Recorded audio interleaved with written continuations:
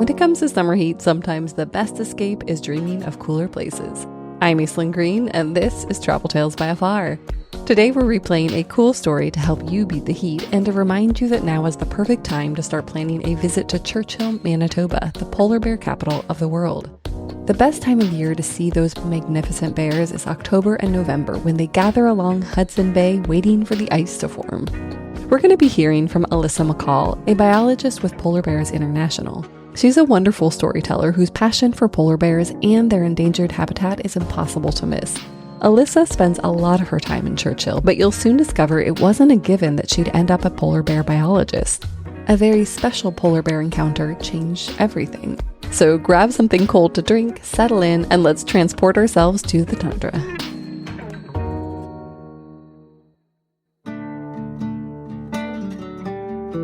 When I was a child, if you told me that I would end up being a polar bear biologist, I probably would have been a mix of happy and confused. I loved animals, but polar bears were never even close to being on my radar. I even remember, and I'm aging myself here, when the toonie was released. That's a Canadian $2 coin, for those who don't know. It had polar bears on one side, and I thought, oh, cute. Yeah, I guess those are pretty Canadian. But the white bears were rarely on my mind outside of TV commercials. It was black bears that were more of a presence, or nuisance. But looking back, that's where everything started. I grew up on a mountain in Kamloops, British Columbia. We had forests surrounding us, but just nearby was a semi-arid desert with rattlesnakes and cacti.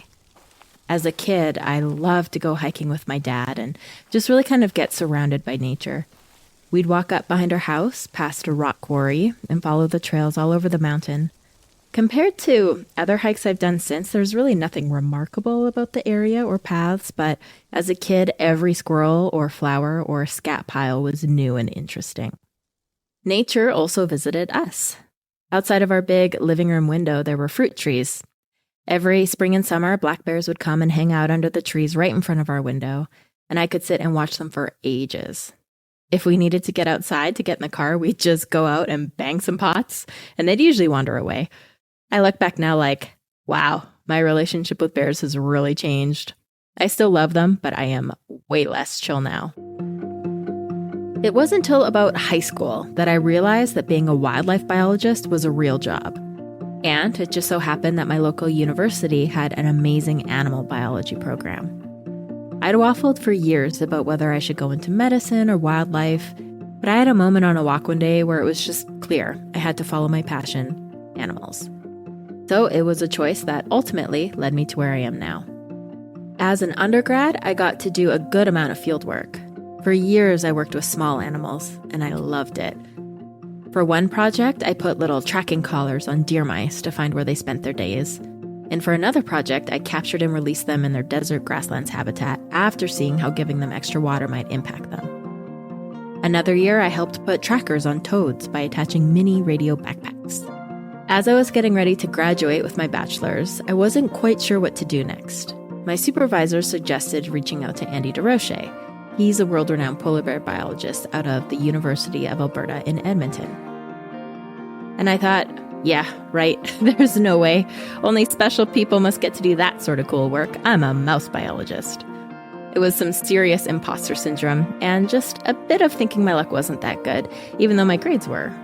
But eventually I said, well, what's the worst that could happen? And I shot off a quick email to Andy. And later that day, he emailed me back and said, sure, come over. See you in September. So I moved to Edmonton for school that September, and the first time I saw a polar bear in person was only weeks later. I had only read about the bears at that time, but Polar Bears International needed some support in Churchill, Manitoba that fall of 2010. Polar bears are marine mammals, so land is not where they want to be. They'd rather be on the frozen ocean hunting seals. But near Churchill, the bears are forced onto land each summer when the ice on Hudson Bay melts. People flock to Churchill each fall to watch the bears before the ice refreezes and to talk about them, not to do field work, so it was a good soft intro for me to the species and to Polar Bears International. I landed in Churchill in the evening and headed out onto the tundra in the dark, not seeing anything beyond our headlights. I slept that night on a tundra buggy, which is like a luxury glamping school bus on monster truck wheels, wind rocking us to sleep. The next morning, I woke up in my top bunk with a view of the nearby coast and was instructed to keep my eye on what I thought was a rock just in front of us. Soon enough, that rock woke up to stretch, and I got my first peek at the world's largest land predator. Awestruck barely describes it. I spent a wonderful week in Churchill learning about polar bears and watching them and getting to know my future colleagues. As I boarded the plane home, I knew I'd be back as soon as possible. Seeing polar bears in that environment helped me wrap my head around the uniqueness of their conservation needs. When I was doing the mouse and frog research, I was able to manipulate their environment directly, for example, by giving them water. But then, there are polar bears. Polar bears take a long time to reproduce, they don't have a lot of cubs, and they rely on this insane habitat, the sea ice, a home that is melting due to extra heat in the atmosphere. We can't just grow more of it when we want. There are no fences to put around it to protect it. We can't hire anyone to patrol it. To protect it, the manipulation has to happen in our global atmosphere. This task requires a different conservation approach, one with so much communication and so many world leaders. Though the issue seemed gargantuan, I couldn't look back. I needed to learn more about this ice bear and how they were living on these ephemeral floating platforms, how we were going to make sure that they had a stable future.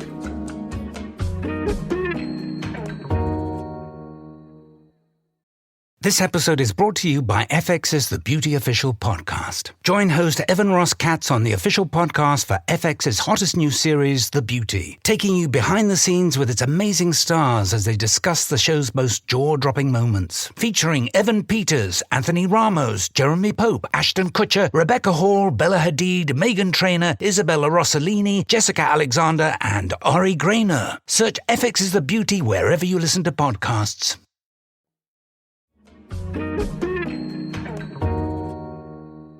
My first chance to do real fieldwork was in February 2011, back in Churchill, Manitoba.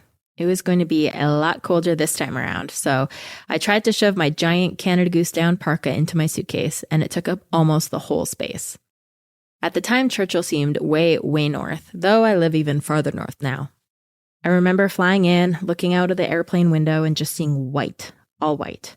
There were frozen ponds and scraggly trees, and it was flat, flat, flat as far as the eye could see.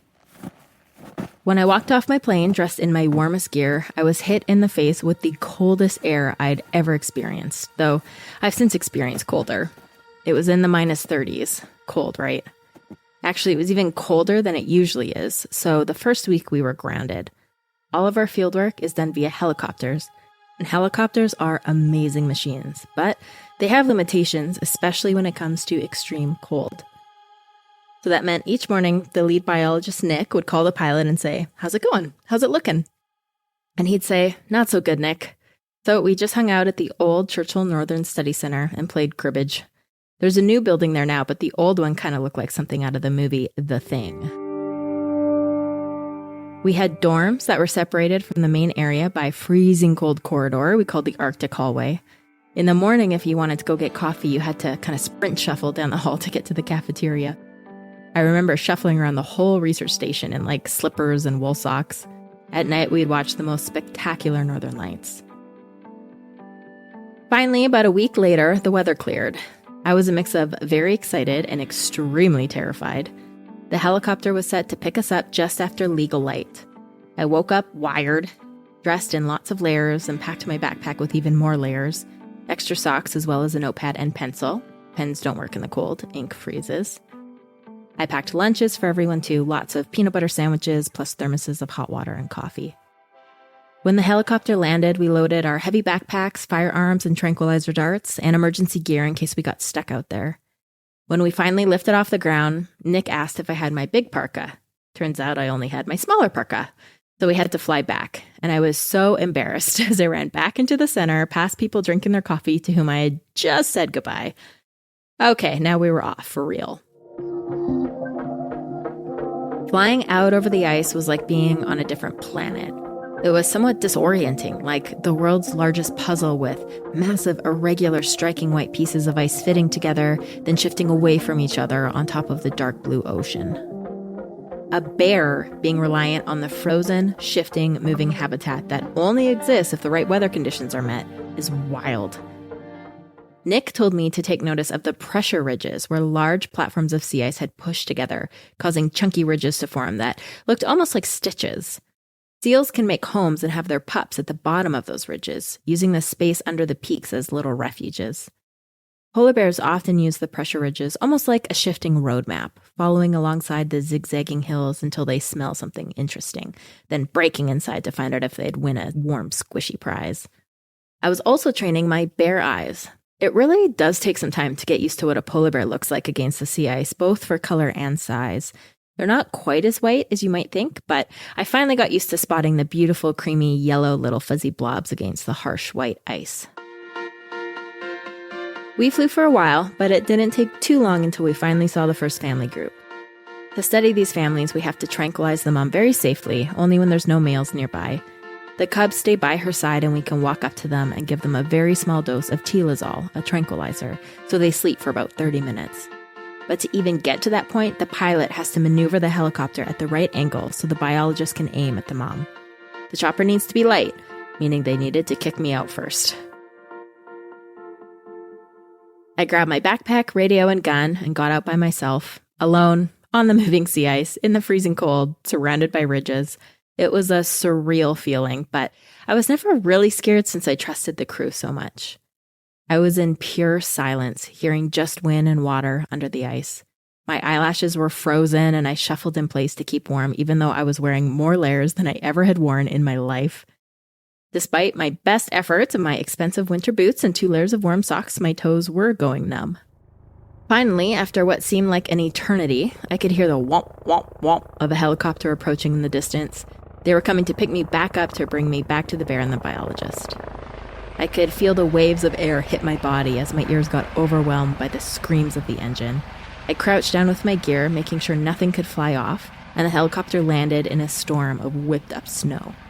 I hid my face from the rotor wash as the machine settled, and when I got the thumbs up from the pilot, I was able to approach, blades still spinning. Getting back into the helicopter was a disaster. I was trying to play it cool, but I had all this awkward gear and felt like the Michelin Man with my layers, backpack, and heavy boots. I'd finally settled into my seat and now tried to do up the awkward seatbelt over my massive parka.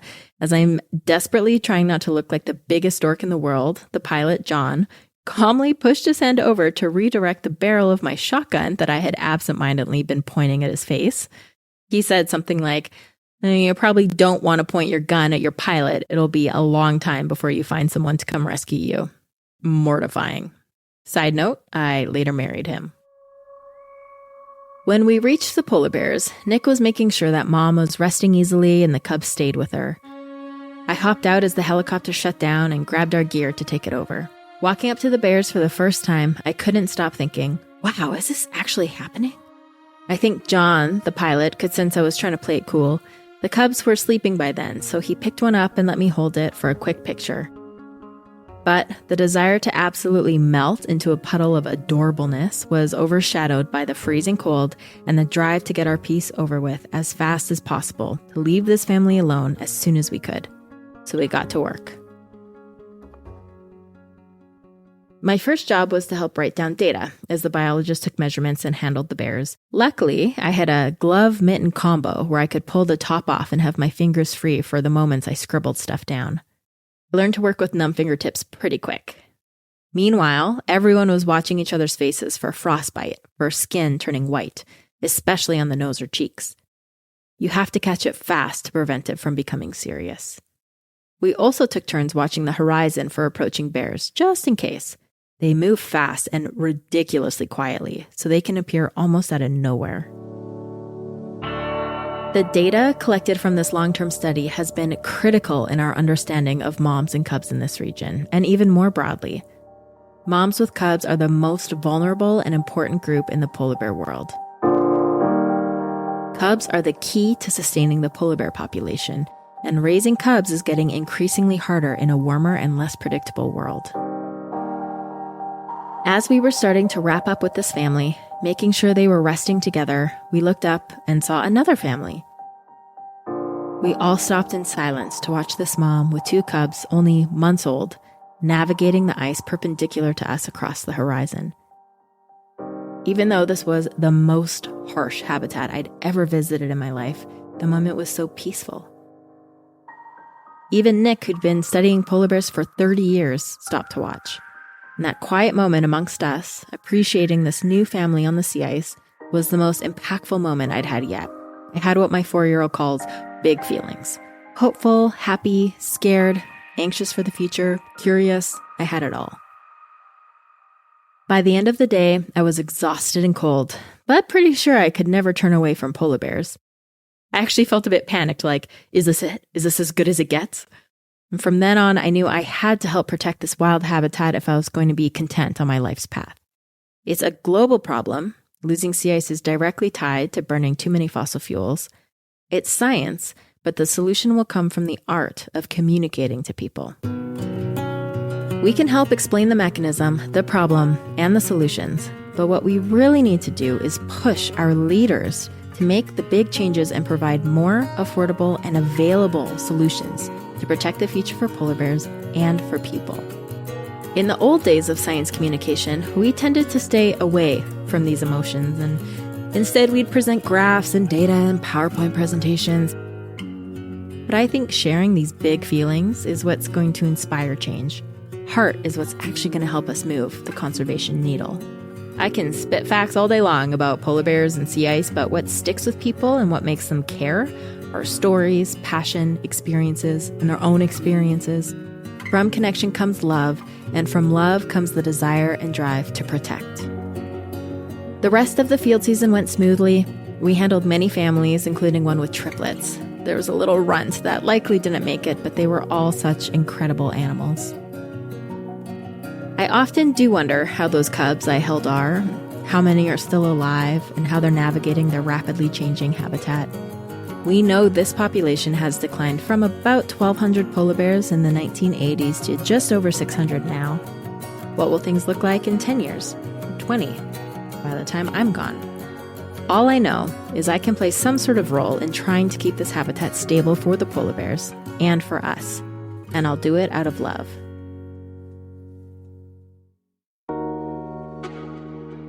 And that was Alyssa McCall, polar bear biologist extraordinaire. To watch a short interview I did with Alyssa about her work and her life, head over to YouTube. I'll share the link in the show notes. In our conversation, she talked about her favorite recent polar bear encounters, why we should all visit Churchill if we can, and why her daughter isn't that into polar bears, at least not yet. To learn more about her work at Polar Bears International, visit polarbearsinternational.org. It's a fantastic resource with polar bear cams, symbolic adoption kits, and tons of photos and facts. I'll link to that in the show notes as well as to Alyssa's TED Talk. We'll see you next week. Ready for more travel tales? Visit afar.com/podcast and be sure to follow us on Instagram and TikTok. We're at Afar Media. If you enjoyed today's exploration, I hope you'll come back for more great stories. Subscribing makes this very easy. You can find Travel Tales by Afar on Apple Podcasts, Spotify, or your favorite podcast platform.